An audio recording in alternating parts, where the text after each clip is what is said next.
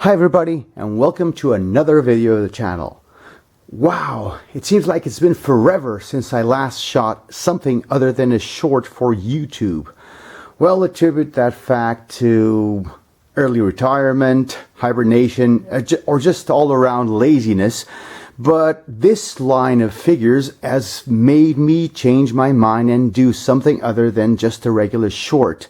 Well, to cut a long story short, way ago, a long time ago, when I was still an infant and I played with my Star Wars Kenner Star Wars action figures, I dreamt of a similar line of figures for another movie, or to be more accurate, franchise that I absolutely love. And that was obviously Indiana Jones. Well, I must remind you that this was from a period of time in which the internet hadn't been suffered as an evolution as it has presently. So I had no idea that the same manufacturing company had in fact made Kenner had in fact made action figures for that particular toy line. Only much later, when I started considering myself not just a kid playing with toys, but a collector, did I actually find out that those particular set of figures had been in fact released.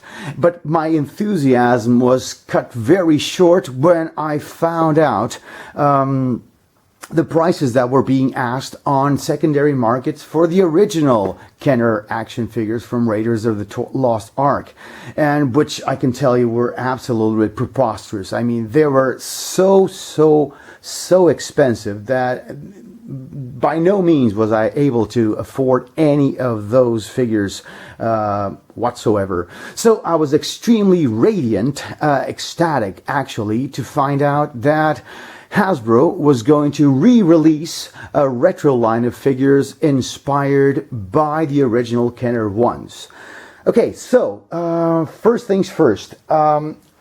As anyone who has ever seen a video of mine knows, I'm really a sucker for retro line. Anything which reminds me, which clicks on that nostalgia button, which reminds me of the toys of that existed when I played, is obviously something that's going to catch my attention. It has Hasbro has done it often with Star Wars, and I'd like to show you just this example over here of the latest wave, in this case of Return of the Jedi, the retro line figure that they've got over here. In this case, Han Solo in his trench coat.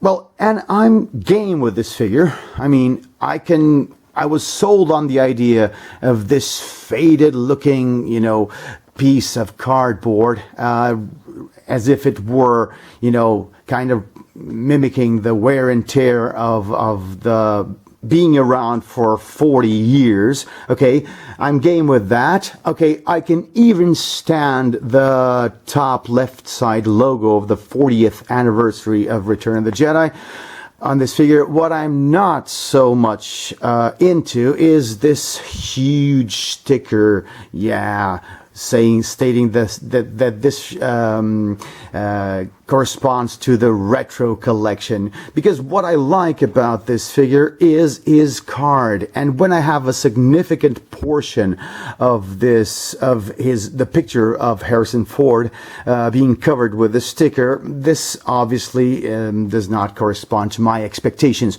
Thank God for YouTube, where there are plenty of people explaining how to remove these safely. So I plan to do a video somewhere in the near future where I'm going to try and remove these stickers.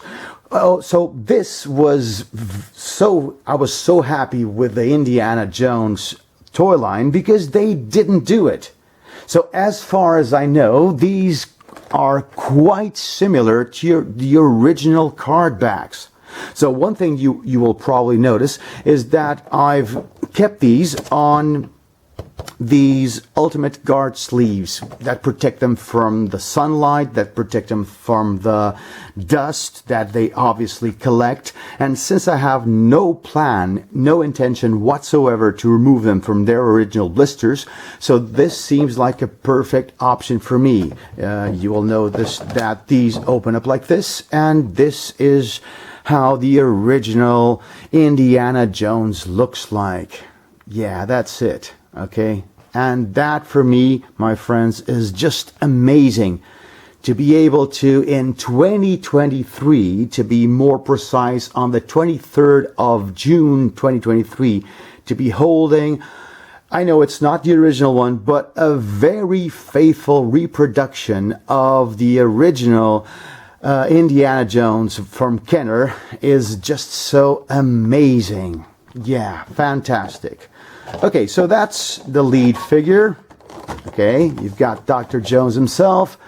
You've got Marion Ravenwood. Okay, Marion Ravenwood. Okay, accompanied by the monkey. Okay, I don't know if you can see it back there. Yep. Yeah, in all honesty, the picture chosen for this card isn't exactly flattering, but it is what it is. Then we've got, yeah, Nazis. Yeah, don't we all love to hate these guys? Yeah, we do. Okay, Toth. Okay, right. Toth with the bird hand with the scepter of Ra. Okay, so on the back, you got 5 figures. The back's pretty much the same for each one of these. Then you have a figure which wasn't released originally on a card back. And that, of course, is Renee Belloc.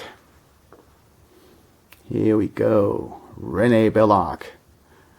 Dr. Jones' nemesis. Or that's at least how he likes to think of himself.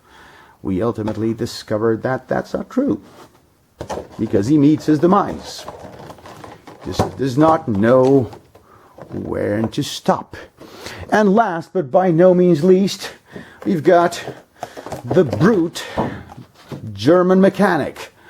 I know, I just love the simplicity of the naming of these figures. I mean, he's not important enough in the narrative to get a proper name. He's just got this generic name. He's the German mechanic. And if you guys remember the scene in which he takes lead role, that scene ends up in a splatterfest. Yeah, okay, so yeah, that's it. And it shows the courage and determination of our beloved Indiana. Right, so this is it for Wave 1 of the Indiana Jones retro line. I know that Hasbro has already released a Wave 2 featuring figures from not only Raiders of the Lost Ark, but also other movies in the franchise, namely The Last Crusade and Temple of Doom. I still don't know if I'm going to pick these up or not. Perhaps I will, but these 5 were the essential ones. And I'd like to pick Sala from the second series too, because he's also from Raiders of the Lost Ark. So it's a great day for me, my 12-year-old self, because I've managed to pick something up that I've been wanting for a long time. So as always, it's been a pleasure sharing with you guys my thoughts on these figures. I hope you've enjoyed the two, and I hope to see you again on later videos. Okay, take care. I will be seeing you later on, hopefully. Bye-bye. Take care.